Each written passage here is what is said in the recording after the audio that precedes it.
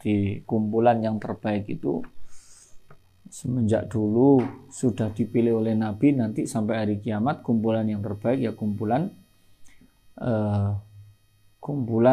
majelis ilmu, itu kumpulan terbaik. Seperti saya sampaikan, sangat berat hadir dalam majelis ilmu itu, bahkan lebih berat daripada majelis zikir. Selain karena memang fadilahnya yang lebih besar, bahkan disampaikan itu wong ngaji rasa-rasen dibanding wong zikir sing semangat. Ngaji rasa-rasen dibanding wong zikir sing semangat. Wong ini satu orang yang ngaji sing males dibanding 1000 orang yang ahli zikir yang semangat. Itu si abdolan wong ngaji sing rasa-rasen. Jadi lek jenengan ngaji rasa-rasen niku sik patut berbangga. Nah, berarti napa? Isik oleh Allah masih dipandang sebagai orang yang istimewa. Jadi gelem budal iku masih napa jenenge dalam kondisi yang nggih sisa-sisa. Nek wis jam 09.00 kon ngaji ya wis karek turan tok. Wis sing semangati ya isu nang sawah nang kali. Itu sik semangat-semangat. Lah sing ngene iki wis karek sisa-sisa. Ngono sik gelem budal wis untung-untungan wis. Nanti makane dari beratnya itu makanya diberikan satu keistimewaan oleh Allah sampai dihitung orang yang ngaji males 1 bandingkan 1000 orang yang zikir semangat, itu lebih besar fadilahnya orang yang ngaji tapi males. Pemane sing ngaji sing semangat. Di patut bersyukur. Kita lanjutkan ar-ruknu as-sabi as-sujud marratain. Rukun yang ketujuh adalah sujud 2 kali. Wa lughatan at-tatamunu wal mailu wa qila al-khudu'u wa tadhallul. Di secara bahasa yang disebut dengan sujud itu ya condong atau ya condong. Kalau ada yang mengatakan ya khudu' tadhallul merasa lemah. Merasa lemah itu adalah sujud. Secara syara adalah wad'ul musalli jabhatahu alal musallahu. Orang yang sholat meletakkan batuknya pada tempat sholatnya. Meletakkannya batuk orang yang sholat kepada tempat sholat. Nah itu namanya sujud. Jadi intinya pada pada batuk, pada jabhah. Nah, di sujud itu marrotain.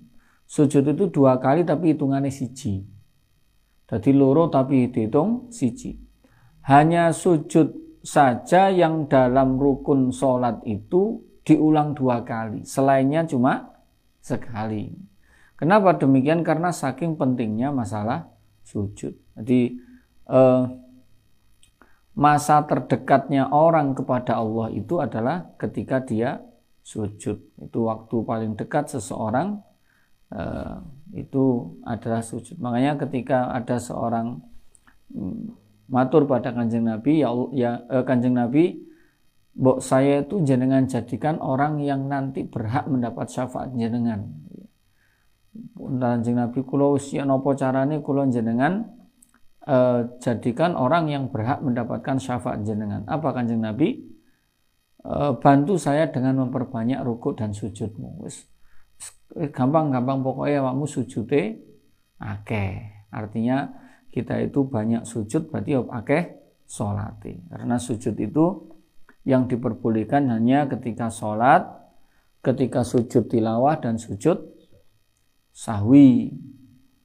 Sujud syukur, sujud tilawah, sujud sahwi dan sujud ketika sholat. Untuk selain itu tidak ada. Jadi misalkan delok pengumuman lulus terima pegawai negeri ngono ya. maca pengumuman nok sisih setan kene di sisih kulon, begitu ketok pengumuman langsung sujud madhep nang kene papan pengumuman. Nah, gitu. Yo gak duwe wudu yo apa. Nah, itu namanya syukur sujud. Nah, bukan sujud syukur tapi syukur sujud.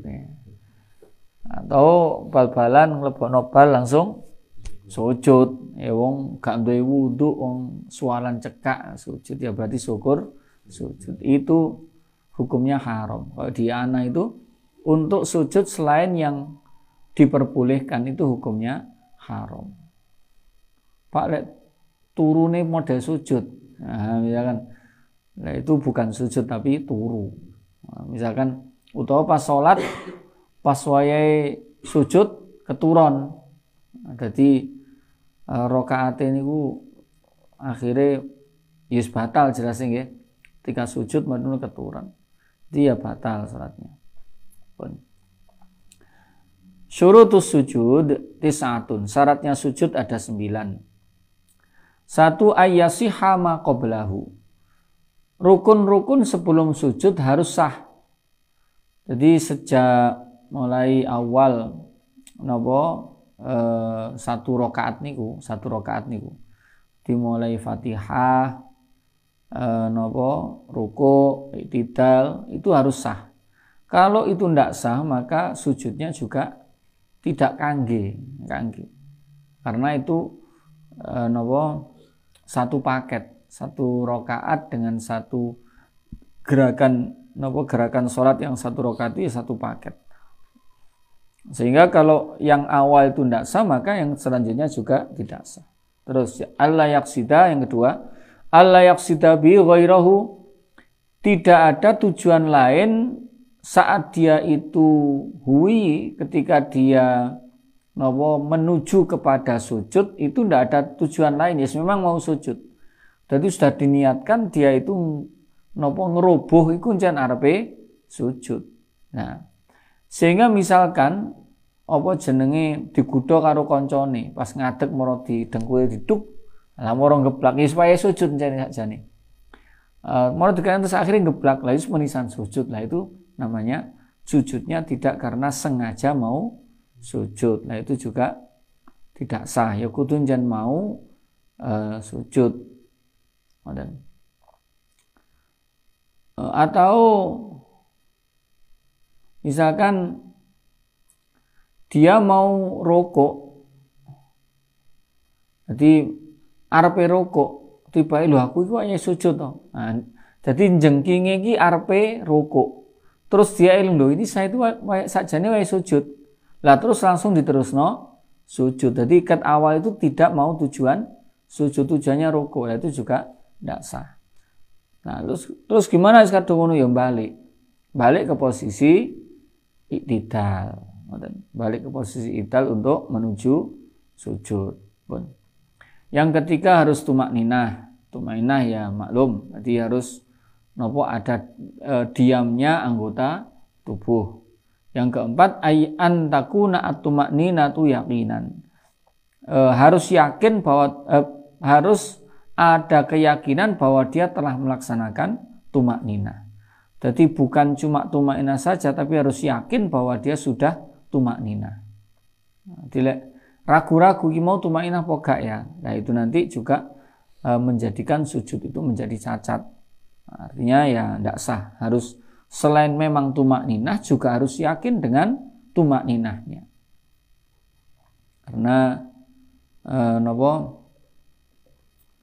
gimana itu harus cocok antara nafsul amri wa dhonil mukallaf. Jadi kenyataan dan keyakinan harus sama. Kenyataan dan keyakinan harus sama. Yang kelima ayat juda ala sab'ati a'dha. Harus sujud dengan menggunakan 7 anggota. Yang pertama kening, yang kedua dua telapak tangan, terus 2 lutut, terus dalamnya asobi, butun asobi. Terus itu anggota itu 7 ya, 1, 2, 3, 1 2 3 4 5 6 7 nggih. Nah, hidung bukan termasuk. Walladzi yajibu juz'un min kulli wahidin minha fala yajibu masalan kullul jabhah. Nah, untuk napa walladzi yajibu juz'un min kulli wahidin minha. Jadi pokoknya semua bagian itu adalah sebagian saja yang harus nempel, ndak harus semuanya. Misalkan untuk bathuk ngono ya, yo gak kudu bathuk sampai kudu nempel ya, ndak, pokoke ono sing nempel. Jadi ndak boleh yang ndak boleh tertutup itu adalah bathuk karena ndak boleh sujud kepada perkara yang ya. Kalau sujud ndak boleh harus benar-benar nempel ini. Misalkan ndak nempel ndak. Terus nanti urutannya itu pertama sujud itu ya yang sunnahnya dengkul dhisik, mari dengkul terus epek-epek, terus bathuk, terus irung. Nah, itu urutannya. Nah, kalau menurut Imam Malik itu tangan dulu baru dengkul. Nah, lek gak ono pendapat iku bathuk sik. Nah, nggih. Sing gak ono pendapat iku bathuk sik. Misalkan sujud, wah model ngono iki kesuwen. Bathuk sik. Nah, itu gak ono pendapat itu. Nah, tapi lek jenengan pengen napa jenenge viral ini cara baru sujud ngono ya. Ini bathuk dhisik ngono ya. Nah, itu bisa lebih. Nah, yang napa urutannya itu ya dengkul, epek-epek, bathuk, terus lagi hidung. Nah, yang kalau menurut Imam Malik tangan terus dengkul. Nah, terus lainnya podo. Terus kemudian antakuna jabhatu maksyufatan, bathuke kudu buka. Walau juz'an mimma yasjudu bi, meskipun hanya sebagian dari bathuknya. Jadi bathuk itu kudu terbuka. Meskipun cuma sebagian itu misalkan sing nempel sak menit tok, misalkan gene misteri ono krikil. Sing nempel iku sak krikil tok tuk niku wis pun sah. Meskipun pokoknya sak bagian. Atau misalkan bathuke tutup perban ngono ya. Sing nemplek, wah iki ya apa iki? Misalkan kayak paku wis. Nah, ini di kono kayak paku desa. Encepno nek kene paku itu ya sudah sebagian nemplek. Apa kudu ono sing nemplek? Juz'un sebagian mawon, ndak harus semuanya. Sehingga kalau orang yang pakai kopiah ketika sholat ya kudu dibuka. Sampai kopian gini terus sujud. Jadi pas bathuke gak ono sing ketok itu ndak sah. Atau lek perempuan biasanya ikat. Nah, ikete kemudunan akhirnya bathuknya ndak nempel, itu juga ndak sah. Terus apalagi itu contohnya. Yang ketujuh, alla yasuda ala syai'in yataharraku bitaharrukihi. Tidak boleh sujud pada suatu yang bergerak dengan gerakannya orang yang sholat tadi. Misalkan yang dia bawa kayak misalkan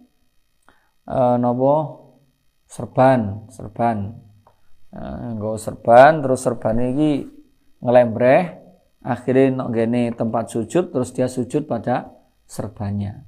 Itu juga ndak sah. Atau biasanya wong wedok niku gawe rukuh ketokan niku nggih. Rukuh ketokan biasa diprek, terus sujudnya gini, rukuh itu ndak sah. Nanti kadang rukuh lek ruku mboten saged, lek ruku terusan, lek ruku ketokan bisa di nek ning ini terus sujud di ndek ruku itu ndak sah. Karena sujud pada perkara yang bergerak dengan gerakannya. Nah niku nggih. Atau memang kadang-kadang malah sengaja. Walah iki sajadaya apik ambune. Ruku kuwangi. Lah sengaja dikenekno ben. Nah, tapi kalau sudah terpisah tidak apa-apa. Misalkan gawe serbane roto. Serbane roto dhisik. Terus kemudian dia sujud itu tidak masalah. Jadi contohnya yang nemplek pada yang bergerak dengan gerakannya orang yang sholat ya kayak apa niki kopiah pun. Yang ke-8 irtifau asa filihi ala aalihi. Bagian bawah tubuhnya itu harus lebih tinggi daripada bagian atasnya. Jadi bagian bawahnya apa? Kalau sujud itu ya bokong. Bagian atasnya apa? Kepala dan apa niki jenenge? Gini apa jenenge? Katife pundak nggih pundak. Pundak burine pundak katif. Apa entong. Nah, ini harus lebih rendah daripada bokong. Jadi itu pokoknya batuk dan niki kepala dan niki entong itu lebih rendah daripada batuk, harus begitu. Sehingga kalau sujudnya itu modele misalkan nok ngene Masjid Baitur Rahim musbuk oleh nok ngene tangga. Lah akhire batuke nok dhuwur iku ndek isor. Dadi malih nggih model ngeten. Jadi itu ndak sah. Masyub batuke nemplek karena bagian batuknya itu lebih tinggi, kepalanya lebih tinggi daripada bokong. Jadi kepala dan apa niki entongnya itu lebih rendah daripada bokong pun. Yang ke-9 at-tahamul bi ra'sihi. Jadi ada tekanan dari kepala. Seberapa kuat tekanannya? Bihaitsu lau sajada ala qit'ati kutnin lang kabasat. Ukuran kekuatan tekanan itu seandainya ono kapas teng riku. Ono napa? Ono kapas. Kok dia kapas itu gelem mudhun berarti itu sudah ukuran menekan. Jadi tekanannya ngono. Itu kok lek nggih ukuran berat itu mbok pirang tekan ono nggih ukuran tekanane nggak bawa satuane. Kayak yang tinju ini kok nggih. Kan ono tekanan nggih, kekuatannya napa lek suara kan suara niku napa? dB nggih. Desibel. Nah, itu lek suara tekanan nggih apa? Lek kubik kan M3, M pangkat 3 nggih. Lek tekanan nggih apa? Lek tinggine gunung DPL. Nah, itu kayak tekanan. Pokoknya ukurannya itu memberikan ukurannya itu pokoknya lek misalkan kapas didelek kok kapas itu iso mendong berarti sudah dianggap menekan. Nggih. Niku ukurannya. Harus ada tekanan. Kalau tidak ada tekanan maka tidak sah. Pun niku masalah sujud. Wonten pertanyaan mboten? Mboten nggih. Oh, wonten nggih, monggo. Waalaikumsalam warahmatullahi wabarakatuh. Kalau disebutkan sahnya sujud itu ada lantai. Nggih, teng tempat sujud, gak kudu nang mester. Pokoke tempat sujud. Tapi teng masjid, teng sholat itu kok wonten karpet kok mboten langsung lantai keramik langsung masuk nempel. Sujud. Kok kasih dilenek malih to.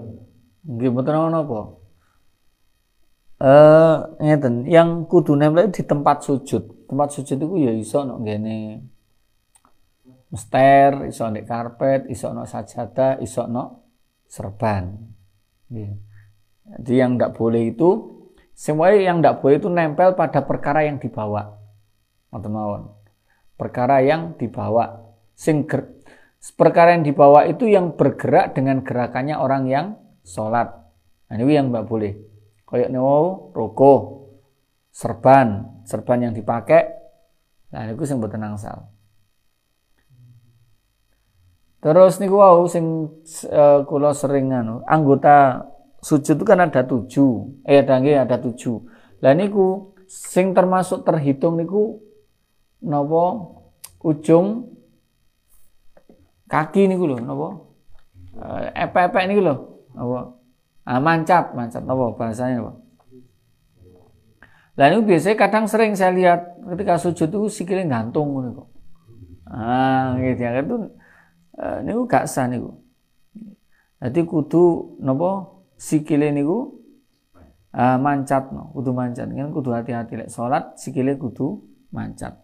Cuma yang harus terbuka memang hanya bathuk. Harus terbuka dan harus nempel pada tempat sujud. Kalau yang lain tertutup gak nopo, gawe kaos tangan itu juga tidak masalah. Atau nggak kaos kaki itu juga tidak masalah. Yang harus benar-benar terbuka adalah bathuk. Nah, ini kusingan. Lek hidung itu sunnah. Hidung itu tidak termasuk rukun. Yang rukunnya yang harus 7 anggota itu ya hitungannya ndak ono hidungnya. Ngoten nggih, maksudnya nemplek niku ngoten. Mari.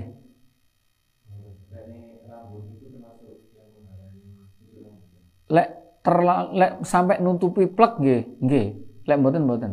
Misalkan rambut mek sak ucrit ngene, separuh ini mboten apa. Gak masalah.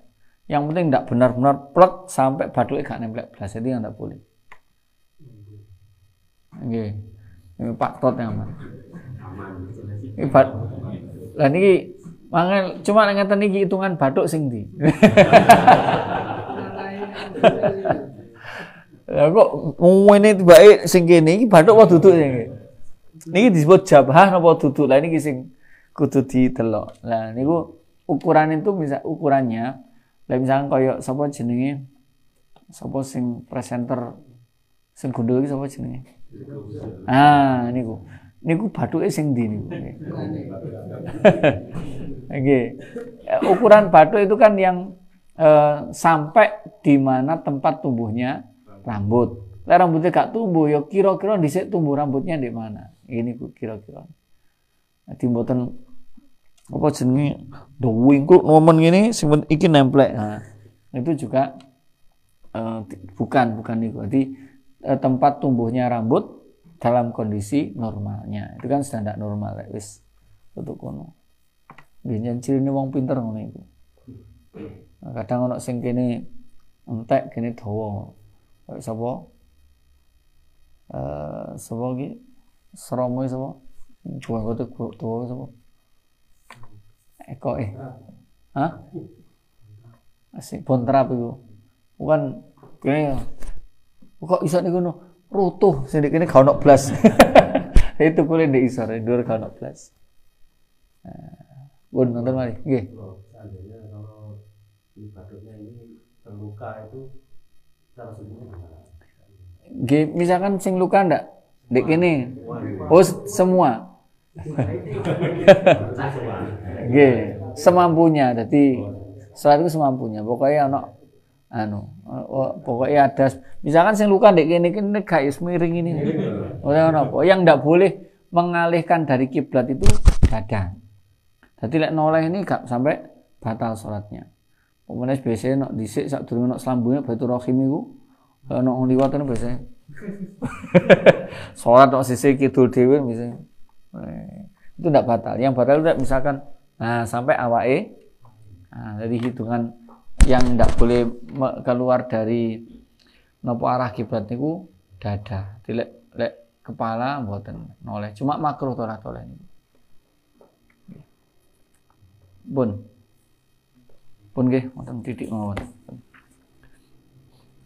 Al-Fatihah. A'udzu billahi minasy syaithanir rajim. Bismillahirrahmanirrahim. Alhamdulillahi rabbil alamin. Ar-Rahmanir Rahim. Maliki yaumiddin. Iyyaka na'budu wa iyyaka nasta'in. Ihdinas siratal mustaqim. Siratal ladzina an'amta 'alaihim ghairil maghdubi 'alaihim waladdallin. Rabbighfirli wa liwalidayya wa lil mu'minina amin. Subhanakallahumma wa bihamdik asyhadu an la ilaha illa anta